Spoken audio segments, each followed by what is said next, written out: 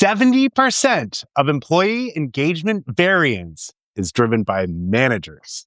If your managers don't know how to coach, your culture will always be broken.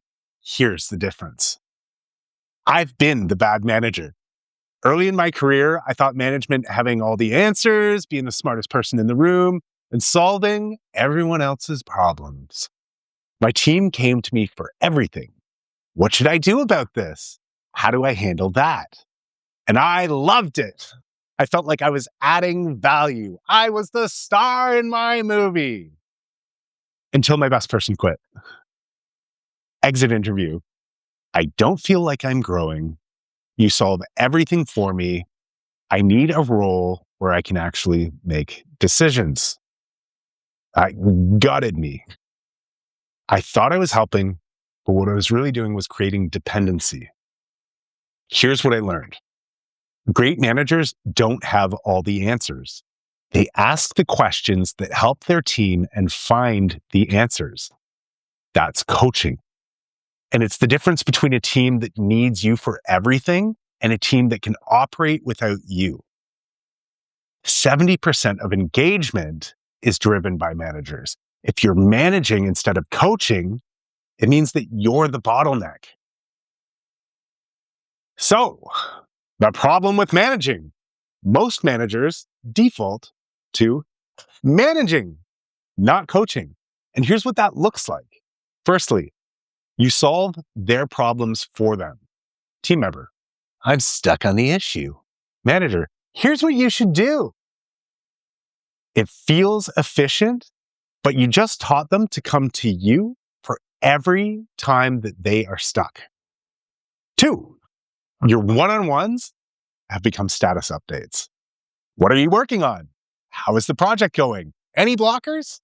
That's project management, and it is not people development. 3, you do all the talking. Big problem for this guy early on, because when you walk into a one-on-one with an agenda, you tell them what they need to do, they nod, the meeting ends. They leave with tasks and not growth. 4, no follow-through on development. I mean, you come into those one-on-ones, you talk about the career goals, maybe once a quarter, and then nothing happens. We'll work on that next quarter. Next quarter comes, nada. The result? Your team depends on you for everything. You're exhausted. They're not growing. They get bored and they leave. Only 30% of US employees are actually engaged. High talent managers contribute 48% higher profit, but most managers aren't high talent. This is why your best people are quitting. Coaching is different. And here's the shift. Managing is going to ask, hey, what are you working on? Coaching asks, what's the biggest challenge that you're facing? Managing asks, or they say, here's what you should do. Coaching is asking, what have you already tried? What else could you try? It has people dig a little bit deeper, and it validates the work that they've been doing. And it gives them opportunity to dig a little bit more and take ownership for what they're doing. Managing focuses on tasks. Coaching focuses on growth. So here's the 4-step coaching framework for every one-on-one. A1, start with them, not you. Let them set the agenda. What do you want to talk about today? Not, here's what I need to tell you. This shifts the ownership because it becomes their meeting. It's not yours. 2, ask coaching questions. Don't give answers. When they bring you a problem, don't solve it for them. Ask, what do you think the root cause is? What options have you considered? What would success look like? What's the first step that you could take?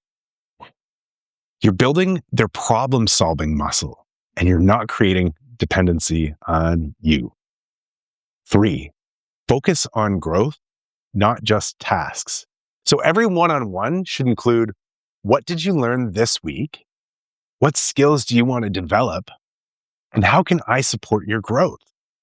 Tasks are urgent, but growth is important.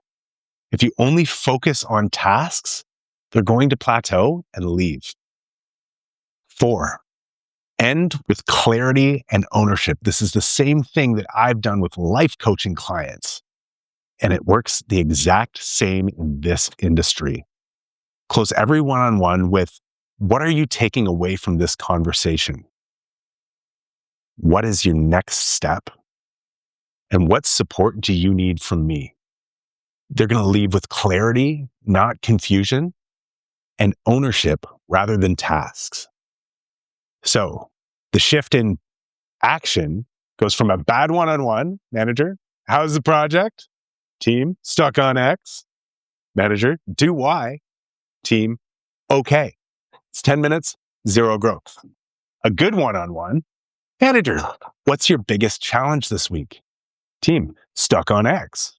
Manager, what have you tried so far? Well, A and B. What else could you try? Maybe C? What would you need to be true for C to work? I need to talk to this person. Great. What's stopping you? Nothing. I'll do it today. 15 minutes, but they solved it themselves. Do you see the difference? You didn't give them the answer. You helped them find it. That's coaching. So, how do we shift from managing to coaching? Here's how we make the shift. Step 1, stop solving. Next time someone brings you a problem, bite your freaking tongue. Don't give them the answer. Ask, what do you think you should do? It's going to feel awkward the first time. It always does. But you do it anyway. Step 2, redesign your one-on-ones. Stop making them status updates. We've got a new structure. First 5 minutes. How are you? Actually care about the answer. 15 minutes. What's your biggest challenge? These are the coaching questions. 10 minutes. What do you want to grow in? This is your development focus of the one-on-one. And for the last 5 minutes, what do you need from me? This is where you be the supportive manager that you can be. Step 3 is you want to track the development, not just the tasks. You keep a growth doc for each person. Note, what skills are they developing? What stretch projects have they taken on for themselves? And how are they growing? Review it monthly and you make growth visible. Step 4, you got to train your managers. If you're a CEO, your managers are probably defaulting to managing 2. Run a workshop on coaching skills. Give them this framework. Take it. Hold them accountable.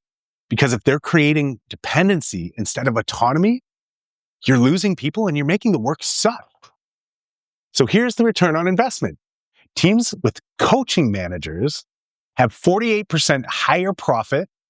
They've got higher engagement. They've got lower turnover and they have faster growth. Your job is not to have all the answers.